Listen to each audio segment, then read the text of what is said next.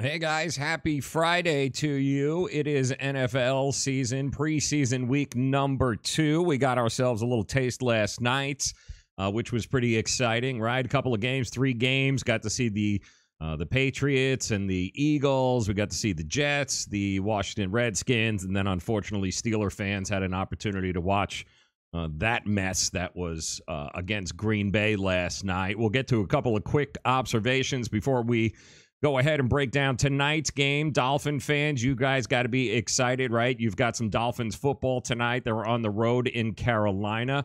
There are some 3 games that I think are definitely worth investing and betting on tonight. But I do want to talk about what we talked about yesterday, because we nailed all our picks last night with what we had talked about, and we use a very simple strategy for doing that in exhibition football, because we know, listen, when it comes to preseason football, you're going to have people who look at you with, like you have 3 heads going, what are you betting on preseason football for? What are you, crazy?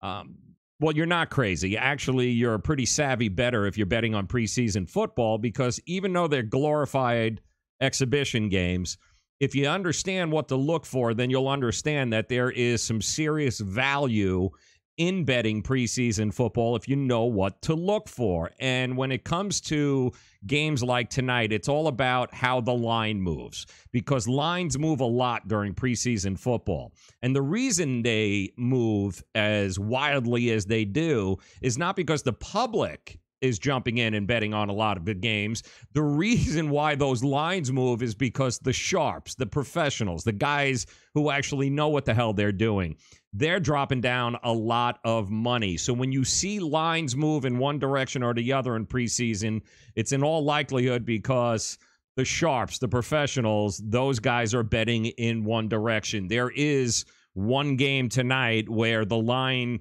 has moved unbelievably over the week. We'll tell you what game that is and why that's one of the smart bets, one of the pick 6 smart bets tonight that you should be making as you watch these games. 5 games slated for tonight. Some quick observations from last night. What did we learn? Well, we learned that the Pittsburgh Steelers are still going to need a backup quarterback. Now, Landry Jones didn't play, but the other 2 guys, Joshua Dobbs and Mason Rudolph, these were guys that were supposed to be battling for a backup position, and they both threw a pick 6. It was hard to watch. That Steeler game was hard to watch. They didn't do a damn thing good last night. Aaron Rodgers, Jimmy Graham, we got to see what that looks like. The Green Bay Packers, from the looks over the last couple of weeks, they score a ton of points, but don't look now, the Green Bay Packers might have actually found a consistent defense. They look great on defense, but more importantly, Aaron Rodgers and Jimmy Graham, we got a taste of what that's going to look like all season long. Not sure what Danica Patrick is doing to Aaron Rodgers, but whatever she is doing to him, she should keep doing it for Packer fans, because he looks like a completely different guy, both in attitude and just approach. It's no more RELAX. It's Aaron Rodgers, move your ass or I'm throwing you off the team. So congratulations to Danica Patrick for what she's doing to Aaron Rodgers. But they're still going to have to figure out what the backup position is behind Ben Roethlisberger there. The Jets, Teddy Bridgewater, really, to me, was the story. The Jets have some issues on the offensive line. They were hurt last night. They were down 2 guys. It was a mess, the offensive line. Sam Darnold started the game. He was under constant pressure, but he still looked good. Sam Darnold is the future of the Jets. We know that. The only question is, do they keep Teddy Bridgewater, or do they trade Josh McCown, or do they keep Josh McCown, trade Teddy Bridgewater? Either way, watching a lot of these games, I can tell you, having somebody like Teddy Bridgewater as an option for a team that has no quarterback or is in serious need of a backup quarterback, Los Angeles Rams, then you might be willing to give up the farm to go out and get Teddy Bridgewater. But Sam Darnold is definitely the future for the Jets. We know that. A lot of fun watching him again last night. He was under a little bit of pressure last night, a lot of pressure, as a matter of fact. But he is the future looks bright for the New York Jets and Sam Darnold. It'll be interesting to see what they do with Teddy Bridgewater over the next week or so. And, of course, Tom Brady was Tom Brady, played a whole half last night in that game against the Eagles. And I can tell you right now, Eagle fans are kind of crapping their pants right now once Nick Foles went down with a shoulder strain. So we know Carson Wentz hasn't been cleared to play yet. Everyone thought that would be okay in Eagles camp. That was, of course, until last night when Nick Foles went down, and now all of a sudden his future is in jeopardy. We don't know how long that injury is going to be. So what that tells me is that what was a plentiful and bountiful position for the Philadelphia Eagles, one that they were hoping to allow Carson Wentz to come back on his own. Yeah. Not so much anymore. They might be rushing that a little bit more than they had first hoped or anticipated. But Brady just looked like Brady. Hit 7 different receivers, threw for like 140 some odd yards. He looked like Tom Brady. He looked like the Patriots. They got back on track in a hurry. But bad news for the Philadelphia Eagles. A lot of Eagle fans are sweating here today trying to figure out what in the hell is going on with their team at the quarterback position. So time will tell there. Now, tonight, we've got some NFL games. And it starts, of course, and let's switch this over. We'll start with the Miami Dolphins at the Carolina Panthers. So here's what we've got tonight, Dolphins-Panthers. The money line right now, plus 144 for the Dolphins. The Panthers coming in at minus 165. Over-under is 43, and the Panthers are laying 3 at home. Now, the Dolphins moved from a 4-point underdog to a 3-point, and there's an awful lot of money coming in. 74% of the tickets and 84% of the public's money is coming in on the Dolphins tonight, and the Dolphins are going to try to get some answers in their wide receiving crew here, as we know they got rid of Jarvis Landry. That leaves plenty of opportunity for a few other guys. Now, Devontae Parker is nowhere to be found. We know this with Devontae Parker. What else is new? And Dolphin fans, it's really kind of make or break for Devontae Parker this year. He's out with a broken finger. Kenny Stills has got an ankle issue. He won't be playing. So it's going to be Albert Wilson and Jakeem the Dream Grant. Those are going to be your starting wide receivers tonight for the Miami Dolphins. Wilson, of course, the former Chief slot receiver, led the league in average yards of separation. That was in 2017. He ranked third in yards after the catch per reception. So this is a guy that is a playmaker. And Grant, boy, it is going to be fun to watch him. He ranked 6th in yards per route run last season. A whole bunch of numbers that probably don't mean anything to you right now, but the reality is these are two guys that once the ball is in their hands can make shit happen. Now, the Panthers, well, there's a lot of concern regarding Norv Turner and his ability to design a offense in the year 2018 to be able to handle guys like Christian McCaffrey and Cam Newton, because these are guys that don't necessarily have the average skill set that, you know, some of the other guys, some of the more traditional offenses in the NFL and traditional drop back pocket passers that Norv Turner has dealt with in the past. So there is a lot of warranted concern about Norv Turner's ability in Carolina. Now, having said that, you had Christian McCaffrey playing all 14 of Cam Newton's snaps last week.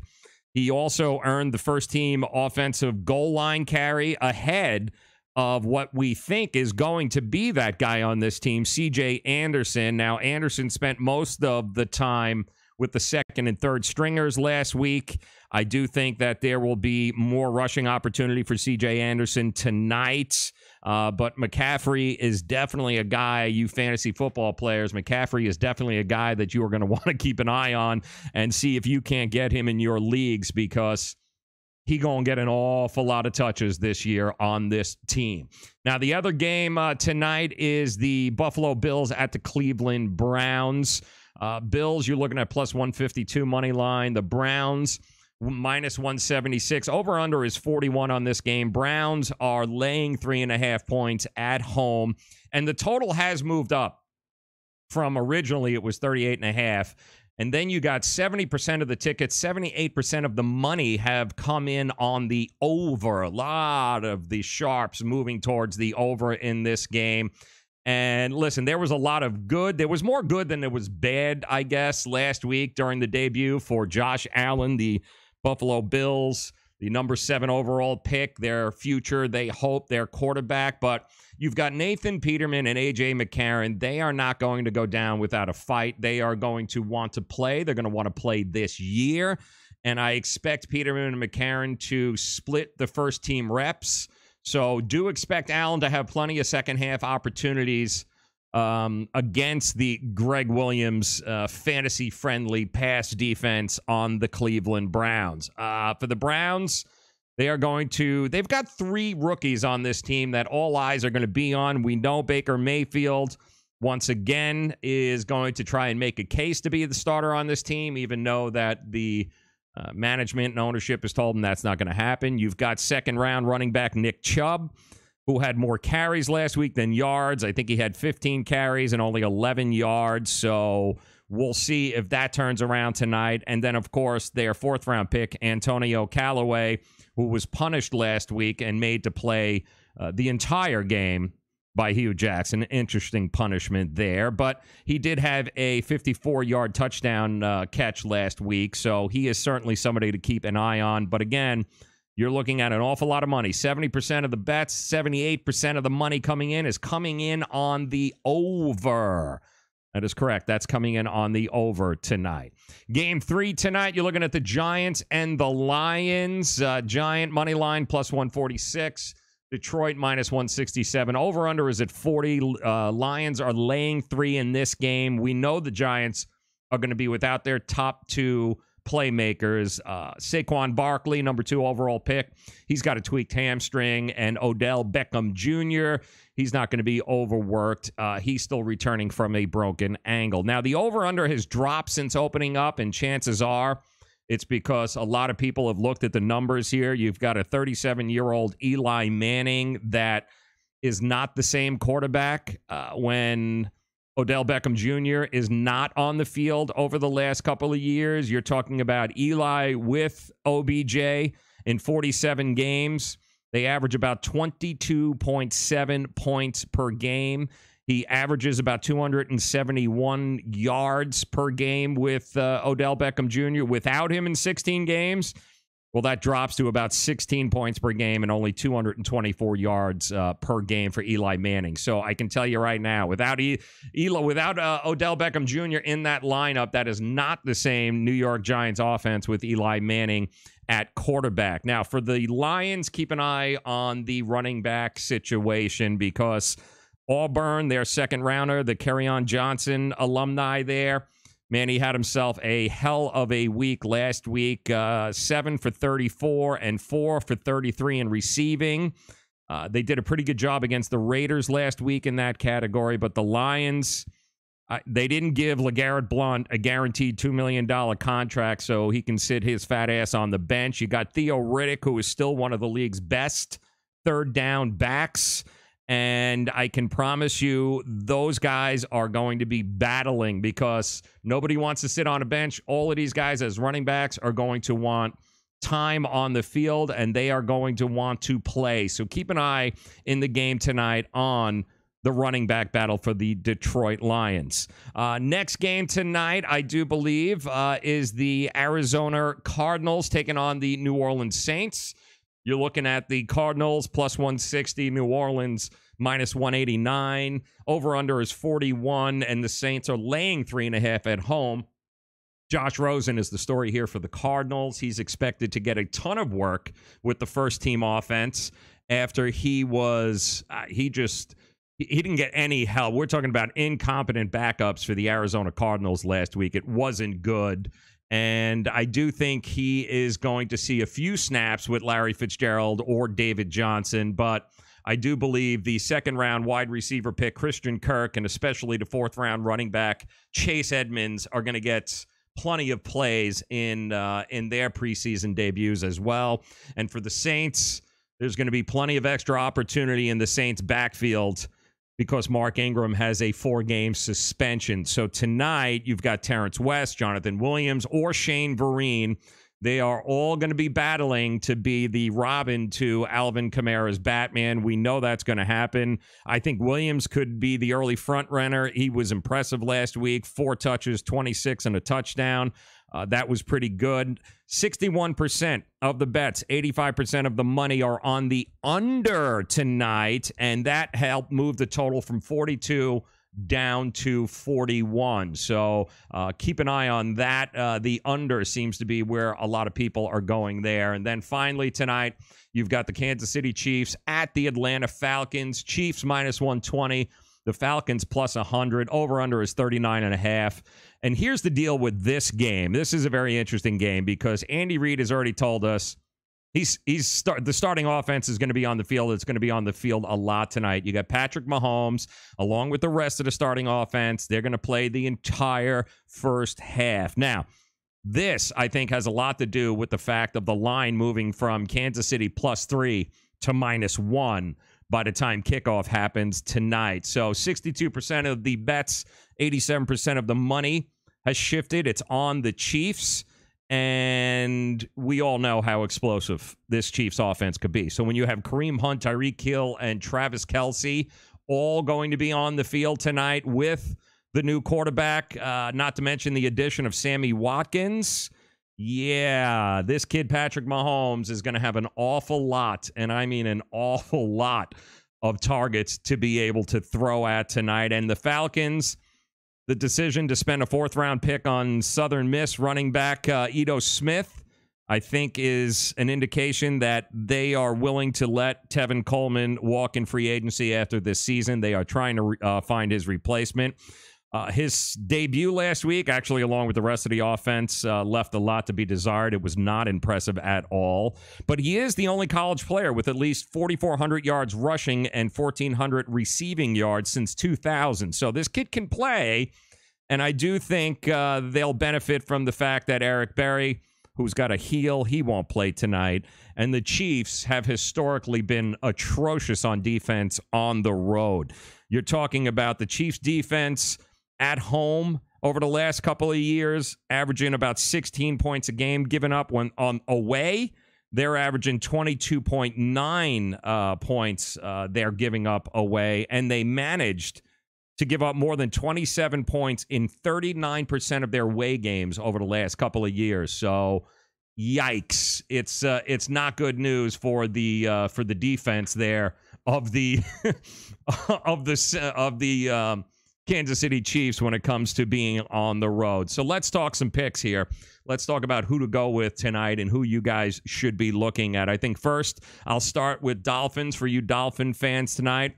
The Dolphins getting, I believe what we say, Dolphins are getting 3 at this point, and I do like the Dolphins. I like the Dolphins' chances tonight. I don't know how great they're going to be in the regular season, but I do know that Ryan Tannehill is probably going to see more action tonight to try and work off the rust and come back from that knee injury. I do like the rotation of the backup quarterback as well with David Fells and Brock Osweiler. They're battling for that number 2 position. Bryce Petty actually had some action last week for the Dolphins. He might see some more action here, but I definitely think we're going to see a hell of a lot more Ryan Tannehill tonight. And really, those 3 guys, Fales, Brock Osweiler, and Tannehill, combined, they have a hell of a lot more NFL experience than the guys that are backing up Cam Newton, who I don't anticipate that we're going to see very long tonight. Garrett Gilbert and some dude named Taylor Heimle, who the hell knows?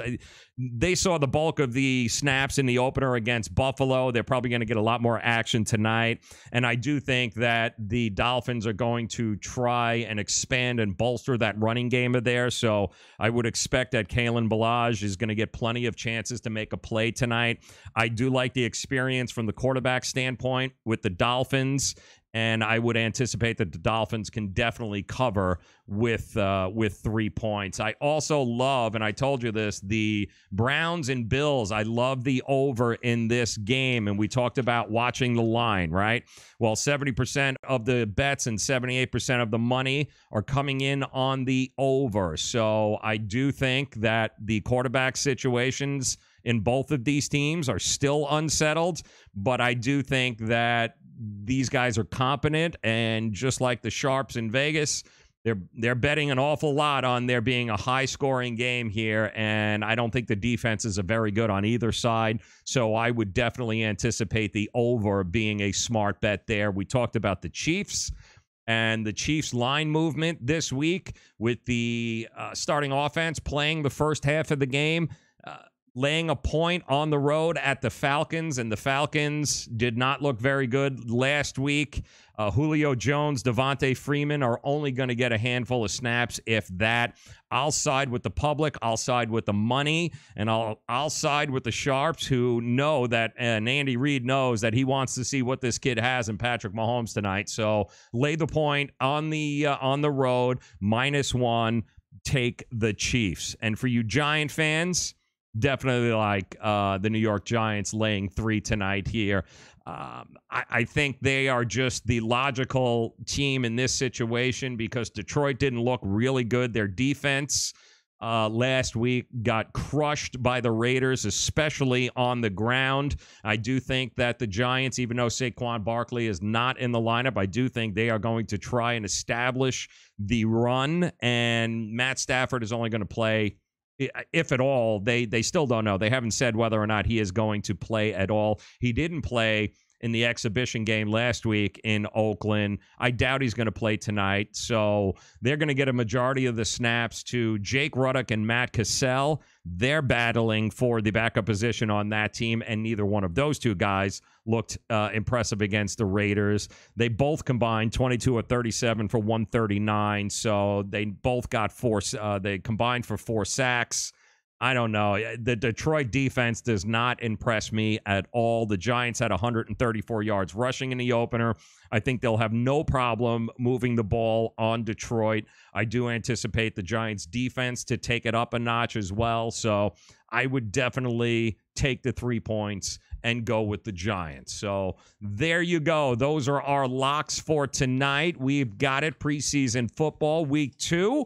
That is right. You've got Miami, Carolina, Buffalo, Cleveland. You've got the Giants, Lions, KC, Atlanta, Arizona, New Orleans. Once again, Browns and Bills over 41 points. Definitely the play there. Take the Chiefs laying 1 on the road in Atlanta and go ahead and gobble up the points in the Giant game.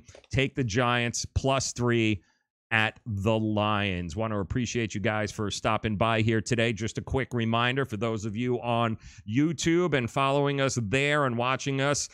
We appreciate you stopping by. Make sure you go ahead and subscribe. Leave your comments below. Agree or disagree with me. Would love to hear what you've got to say.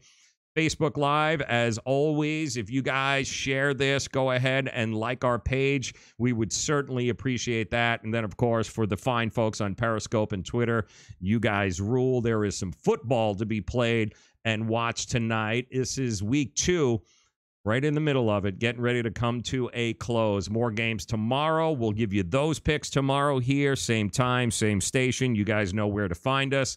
Once again, I appreciate the support and certainly appreciate you taking the time. Let's make some money this year. Don't forget to subscribe, like, share, all of that good stuff. Have yourself a great Friday. Enjoy the games, and we'll talk to you again tomorrow.